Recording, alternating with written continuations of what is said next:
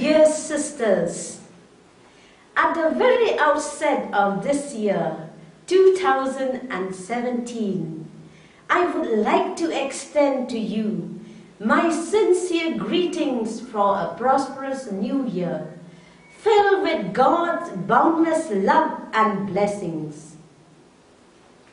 Dear sisters, we are all aware that 14 November 2017, the Institute will celebrate the 140 years of the first missionary expedition. In keeping with this important event in the history of our Institute, I would like to share with you the mission of a touring sister. Articles 75 and 76 of our Constitutions quotes, "The missionary dimension is an essential element of the identity of the Institute and the expression of its universality." Let us respond to the needs of the local church and the area with new forms of presence according to our possibilities and always in fidelity to the character of our Institute. Revisiting the history of our Institute, we find that our first sisters lived as missionaries of joy and hope, and their hands became industrious and faithful because in their hearts they carried the inheritance left by our founders, a strong missionary impulse. If each one of you will go back to the history of your own provinces or communities, you will find the same missionary impulse lived by our sisters in creative ways, and one of those elements is touring the villages cum family visits that sustained and supported the success and fruitfulness of our FMA presence. Although we may think that living in metropolitan cities, amidst new sciences and technologies, updating communication skills available, digital network and globalization, or even in remotest villages where social and digital networking is accessible, one may say that touring and family visits becomes very less effective or even outdated. In some situations or provinces, it may be partially correct because of many reasons, but it is not justified. I would term touring ministry as a call within a call. It is a great privilege to be called to proclaim Jesus and teach His message in the villages. Those sisters who move from village to village, bearing the good news of Christ, strengthening Christian communities, and seeking to build up new ones, directly share in the prophetic mission of Christ. In the Gospels, Jesus is presented as constantly available to people, often in the midst of crowds, frequently visiting families and engaged in conversation with individuals and groups, ever attentive to the sick, to sinners, to children, to persons in any kind of need. He went to villages and towns, taught in the synagogues, announced the good news of the gospel on the streets. He stays in private homes, enters into the inner life of families, keeps up the dialogue even in the night.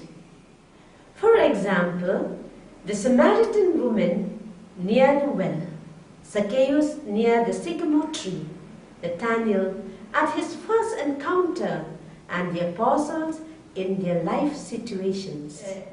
In the same way, a touring sister's vocation is meeting people of various status with the sole intention of being a harbinger of Christ's message. The Spirit of the Lord is upon me, because He had anointed me to preach the gospel to the poor.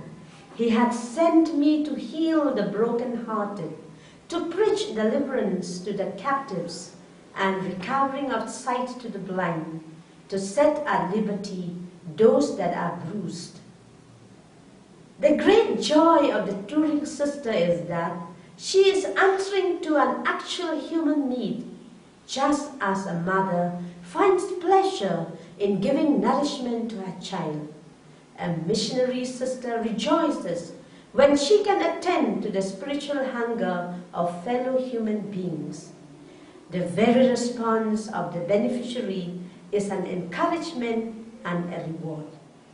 She is a bridge between the institutional church and the scattered Christian communities. Her personal, warm-hearted approach reflects the motherly love and concern that the universal church has for her children. Just as she takes the teachings of the church to the least instructed members, she also brings the problems and difficulties of the feebler communities to church leaders and those engaged in institutional services. Staying in the families, living their conditions, and listening to their personal stories, she becomes mediator of Christ's love and compassion. Her presence is a healing balm to the sick, a consolation to the broken-hearted, a transformation to those lost in human condemnation, home return to the strayed ones, strength for the weak, discernment for the doubtable, and a new life to those died in sin and slavery. Hence, a touring sister is more effective than anyone else in pastoral evangelization because she knows the grassroots of every family. Jesus faced acceptance and rejection with equal composure. He is not allowed to enter into Samaria. He is asked to leave the place where he had done a service. His life is threatened. On the other hand, people flock to him, to touch him, to have a glimpse of him from a distance. A touring sister also experiences so many similarities between the situation in which Jesus lived and in which she is working with. Staying 15 to 20 days in the villages, especially in remote areas, can have many inconveniences, such as traveling from one village to another on foot for hours and hours could drain away strength and energy. Lack of sleep, tiredness, prolonged starvation can even cause sicknesses. But still, she carries on her mission with a smile on the face and strength on her feet.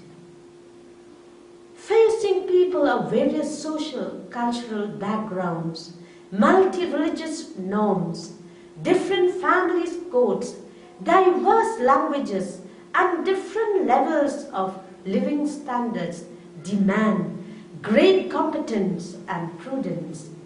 Yet these hardships reap harvests of fruitfulness and success. I would like to share with you the success story of a real-time missionary, Sister Rita Tengkan of our province. When a Salesian dies in harness, it is a glory for the congregation, says Don Bosco. This saying brings to mind the memory of our dear Sister Rita Tengkan, who spent most years of her religious life in the Garo Hills of Meghalaya and finally gave up her life while on her mission. While on their missionary tour on 15 September 2007, she along with Sister Jomita Sangma and another girl were crossing a river on a raft, wherein the raft gave way.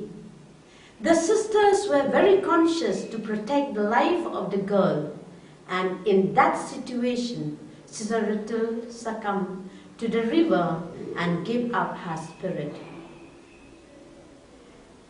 Sister Little was born on 30th December 1969 at Sapai village of Giantia Hills, belonging to Malkandeng parish.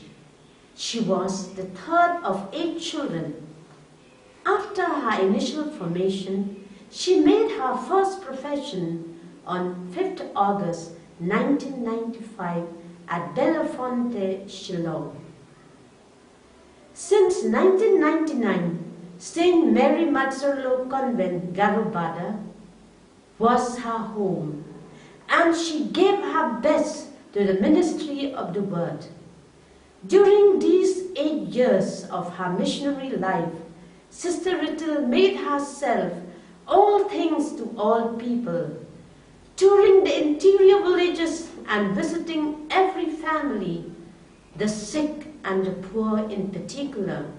She learned the language of the place, coupled with her happy and jovial character, enabled her enter the homes and lives of the people. She was hard-working, very responsible to what was entrusted to her, and made herself available for the mission of the community. It was her great missionary heart that did not hesitate to visit the families of the people, even during days of torrential rain, which ultimately asked the sacrifice of her young life. Dear sisters, I invite each one of us to relive this beautiful mission, which is the heart of our charism, wherever possible, and not to underestimate its effectiveness, particularly during this commemoration of the 140th First Missionary Expedition. I would like to conclude with a mandate of Pope Francis to all of us in the message addressed to the Capitulars in Rome on 8 November 2014. Be missionaries of hope and joy. For us, Mary is a model who daily inspires us in all situations, in the various calls that God trustfully offers us. Let us entrust to her our desire to regenerate the missionary impulse of our founders and first sisters in our own time, as we continue the journey of evangelization to be credible word of hope with our life of witness. I wish you a very happy feast of Saint Francis de Sales, whose feast we commemorate today. May he intercede for us that we may live loving kindness as envisaged by our Father and Founder, Saint John Bosco.